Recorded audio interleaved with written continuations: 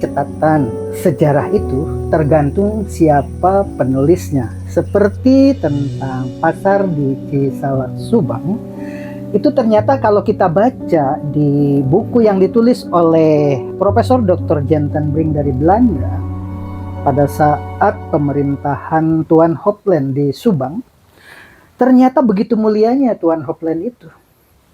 Orang Belanda di Indonesia itu di situ dituliskan mengapa pasar-pasar tradisional itu seperti didominasi oleh Tuan Hopland.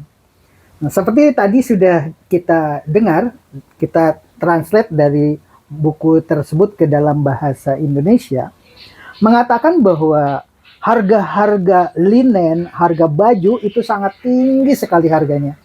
Agak susah untuk bisa terbeli oleh masyarakat karena harganya berlipat-lipat. Oleh sebab itu, Tuan Hopland menyediakan barang-barang dagangan itu sebanyak-banyaknya dengan harga yang sangat miring. Sehingga masyarakat yang mendapat gaji dari perkebunan, dapat gaji dari hasil kerja di Tuan Hopland itu tidak belanja kemana-mana karena harganya sangat miring. Itu barangkali salah satu contoh begitu sejahteranya masyarakat karena kebutuhan-kebutuhan itu disediakan oleh Tuan Hopland. Maka terjadilah pasar-pasar seperti yang kita lihat tadi ya. Pasar Cisalak itu didirikan dan sudah ditulis ketika Jentenbrink datang ke sini tahun 1860-an ya. Tapi kalau di Tugu Bukan Negara kan tuh 1840 sekian, 46 ya. Kita luruskan berdasarkan monumen di Bukanagara. Jalan Pedati dibangun pada tahun 1847. Seperti tampak di gambar berikut ini, dengan tuan tanahnya bernama Raden Rangga Martayuda, konon pewaris kerajaan Pajajaran. Sedangkan Tuan Hopland saat itu berperan sebagai pihak dari PN Telan. Bahwa sejarah itu tergantung siapa yang menulisnya. Begitu juga dengan pemerintahan Bung Karno, pemerintahan Pak Harto, B.J. Habibie, Gus Dur, Pak Jokowi, apakah termasuk berprestasi dan tidak, itu tentu saja tergantung kepada siapa yang menulisnya. Oleh sebab itu perbanyaklah tulisan-tulisan yang netral. Biarkan para wartawan-wartawan itu menulis apa adanya. Biarkan YouTube atau para YouTuber itu berbicara sesuai dengan realita yang ada. Demikian menguak sejarah karena dulu Profesor Dr. Jentenbrink datang ke sini. Mari kita lihat. Inilah batu yang sangat sakral. Assalamualaikum warahmatullahi wabarakatuh.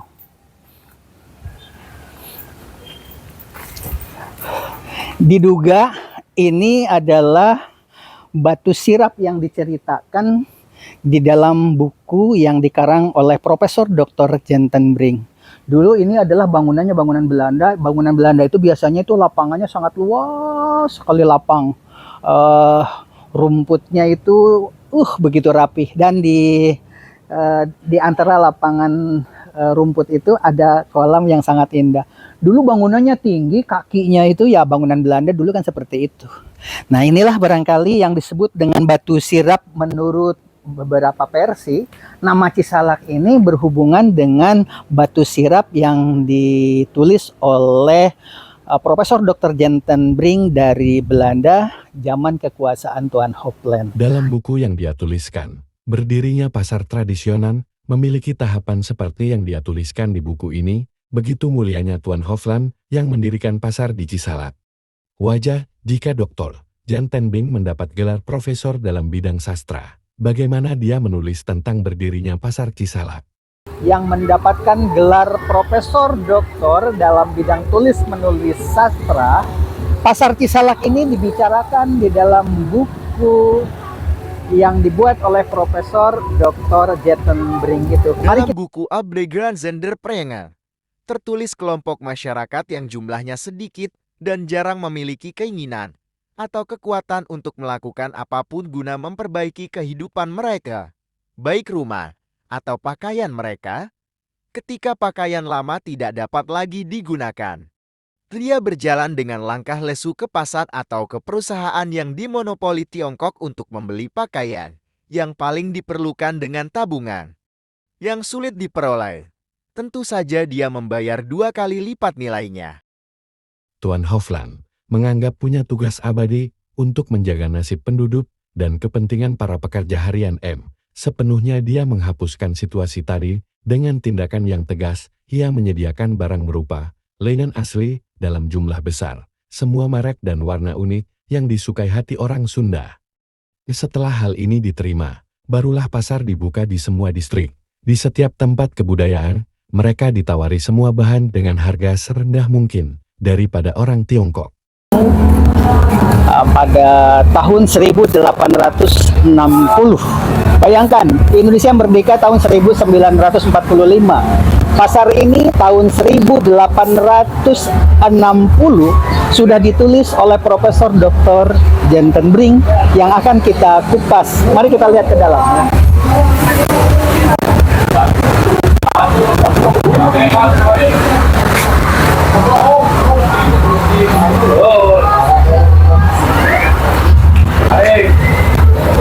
Ini suasana pasar di tahun 2024, bulan apa sekarang? Februari ya. Tentu kalau dulu tidak seperti ini ya. Nanti kita kupas di dalam buku yang ditulis oleh Profesor Dr. Jentenbrink itu, bahwa dulu itu di sini itu hanya tiang-tiang saja, tidak berbentuk bangunan kotak-kotak seperti ini.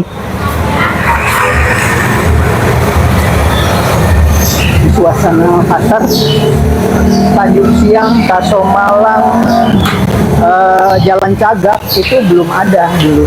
Ini adalah pasar pertama di zaman Distribusian barang tersebut baru saja dipimpin di Villa Tenger Agon oleh tuan rumah kami yang tulus dan sopan, BPK Hofland, Kepala Administrator Distrik Batu Sirap dan segala heran. Saya tertarik bergabung dengannya di bagian belakang bangunan luar, tempat pameran dan penjualan produk-produk manufaktur. Berlangsung, sekitar 200 buruh harian Sunda, laki-laki, perempuan dan anak-anak, tersebar di tangga pendopo, di bawah naungan beranda dan di seluruh halaman. Begitulah suasana pasar tradisional pada zaman kekuasaan Hofland di Batu Sirap atau Cisalak berdadarkan tulisan yang ada di buku. Sekilas suasana pasar wajah kasar, jubah abu-abu usang, adalah yang terlihat pada pandangan pertama. Pengamatan yang lebih cermat tampak rona coklat kuning yang tampaknya di seluruh kerumunan menawarkan kekayaan corak dan variasi warna-warni yang tampak berlipat ganda setiap saat. Di latar depan sekelompok kaum perempuan berjongkok, di antaranya menggendong bayi telanjang. Beberapa dengan rambut acak-acakan dan lebat di sekitar wajah bulat menunduk malu-malu, beberapa dengan rambut diikat. itu merupakan padang rumput yang luas seperti lapangan golf. Di tengah-tengahnya ada kolam ikan yang bentuknya bundar. Di sekitarnya itu ada rumput ya. Nah, inilah cikal bakal nama dari Cisalak itu. Namanya Batu Sirap. Tetapi ada dua versi. Ada yang mengatakan inilah Batu Sirap yang akan kita lihat sekarang ya. Nah, ada juga yang mengatakan sirap itu bukan di sini, tetapi sirap itu adanya di sana. Kita akan lihat ada batu di sini. Jalan sempit yang kita lewati ini, dahulu saat saya duduk di SD, merupakan padang rumput yang luas di halaman rumah, bilik dan endot keluarga kerajaan Pajajaran. Keliling, muter-muter di mana? Ini kan yang namanya bangunan Belanda, punya rumah punya Den Endot itu ada di sini. Tetapi karena ini adalah daerah angker, katanya batu besar, Batu Sirap ini itu sering orang mengatakan di sini tuh ada harimau berwarna putih, harimau yang sangat besar sekali. Oleh sebab itu kita pamit dulu ya. Hadirin sekalian, mohon maaf saya akan berdoa dulu. Bismillahirrahmanirrahim. Kita alamnya berbeda, tetapi saya datang ke sini tujuannya baik, hanya untuk menguak sejarah karena dulu Profesor Dr. Jentenbrink datang ke sini. Mari kita lihat. Inilah batu yang sangat sakral. Assalamualaikum warahmatullahi wabarakatuh.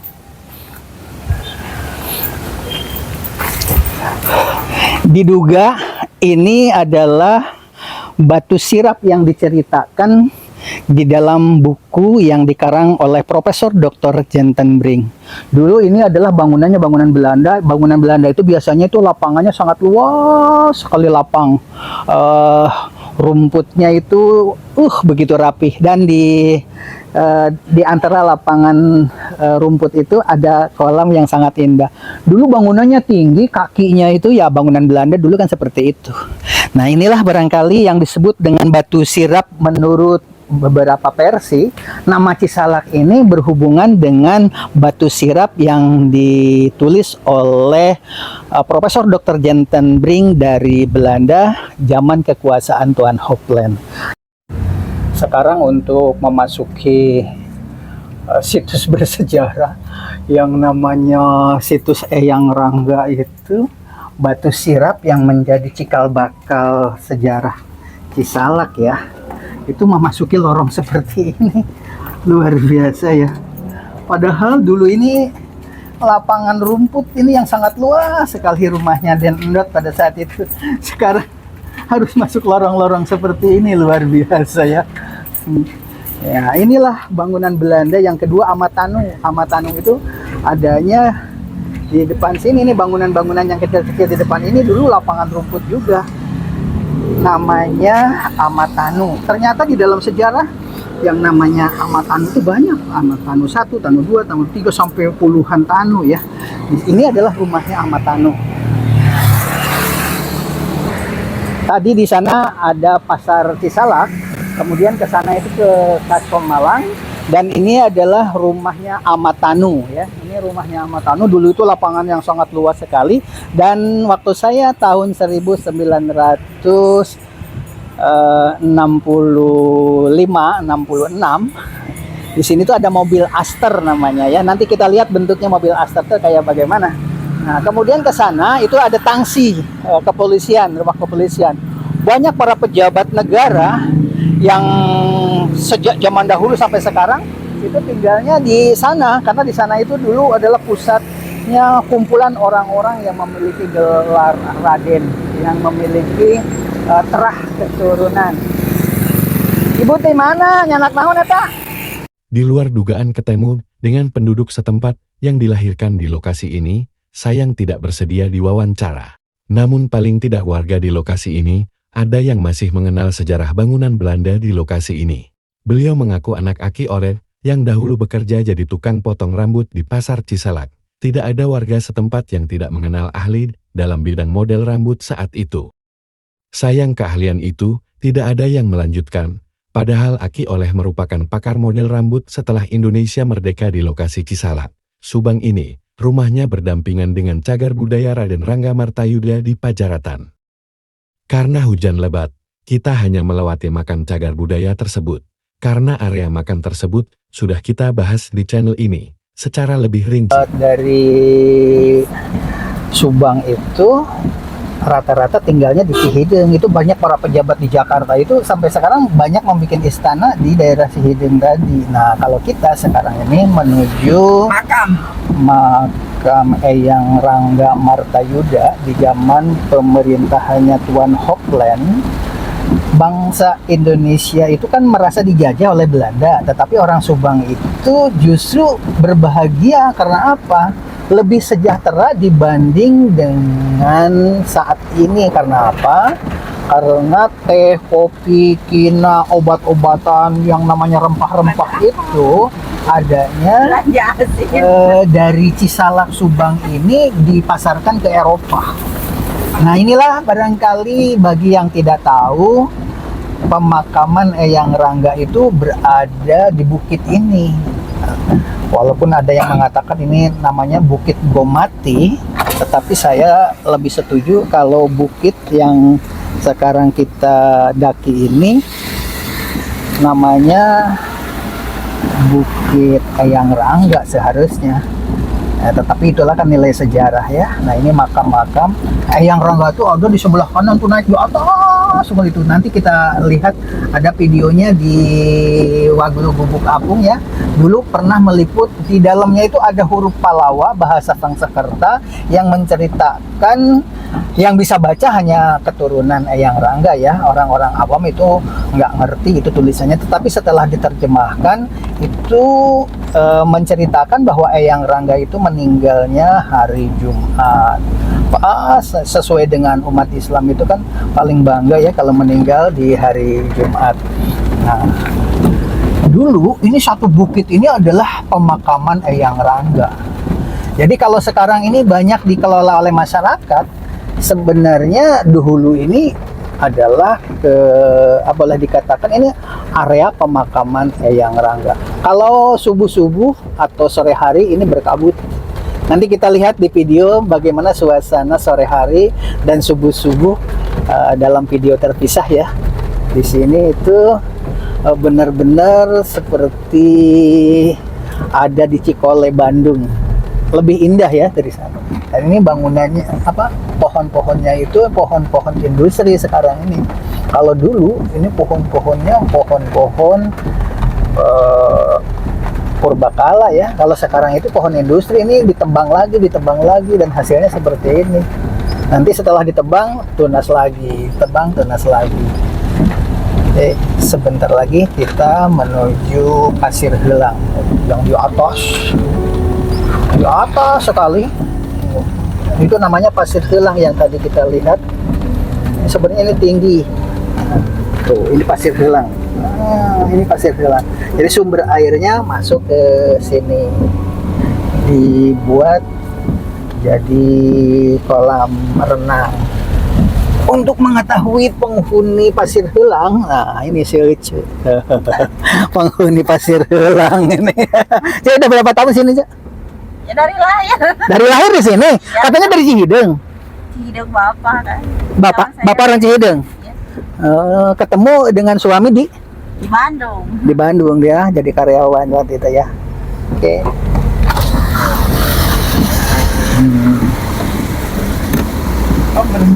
Oke. Silakan Cek, makasih ya Cek ya. Oh, bisa. Udah ya? Lari. Tar dulu. Oke, yuk. Yuk, masuk langsung. Belok kanan kita, belok kanan. Hati-hati licin ya. Ini kita mau turun tuh.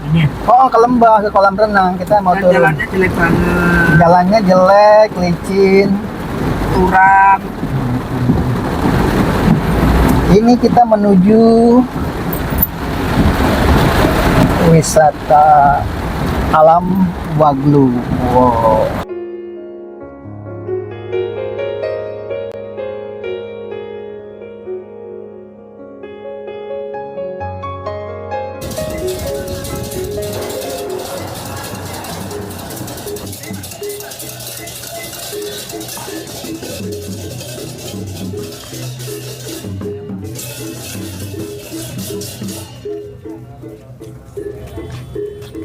Ya.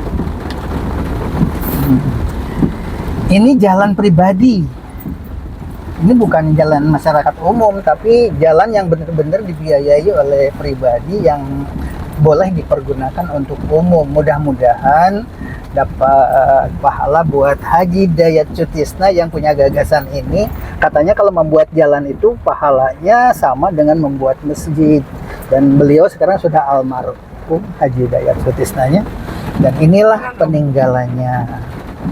Yang di sebelah kanan ini adalah pabrik jamur Waglo yang kebetulan pembibitan dari mulai pembibitan sampai jadi jamur aslinya ya. Kita lihat nanti pumbung pembuatan jamur. Oh, ternyata kolam ikannya sudah dikeringkan, sudah dipanen. Berarti sudah tidak disewakan lagi. Oke. Ini pabrik jamur, pumbung jamur. Lampunya nyala ini. Sini masuk ke sini nih, masuk kolong aja, diam dulu di kolong, diam aja di kolong, di sini hujan. Oke, nah inilah pabrik jamurnya. Kita lihat ya. Oke, kita masuk ke pabrik jamur. Oke, hujan-hujan lari-lari ya. Ujang lagi bikin apa ini? Rebus jamur. Coba jelasin. Jelasin apa ini? Hah? Masak apa? Nih, ini supaya kedengaran suaranya. Jelasin. Ini itu isinya apa? Tabung ini. Backlog gua. Backlog, jelasin. Backlog ada berapa backlog semuanya di situ? Ada 150 ada, Pak. 150. 150. Yuk, naik ke atas. Naik ke atas.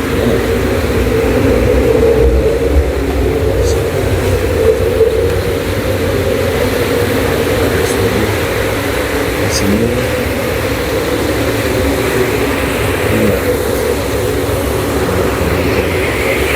Di samping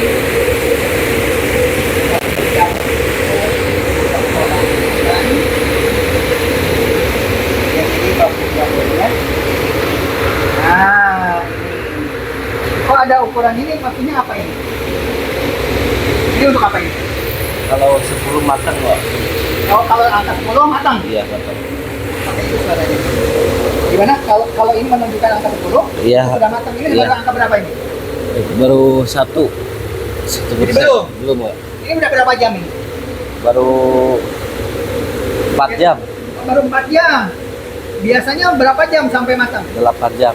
Hah? 8 jam. 8 jam. Ini isinya air, dipenuhi dengan air nggak? Enggak. Oh, nggak ada airnya? Ada sedikit. Sedikit. Iya. Kuatnya.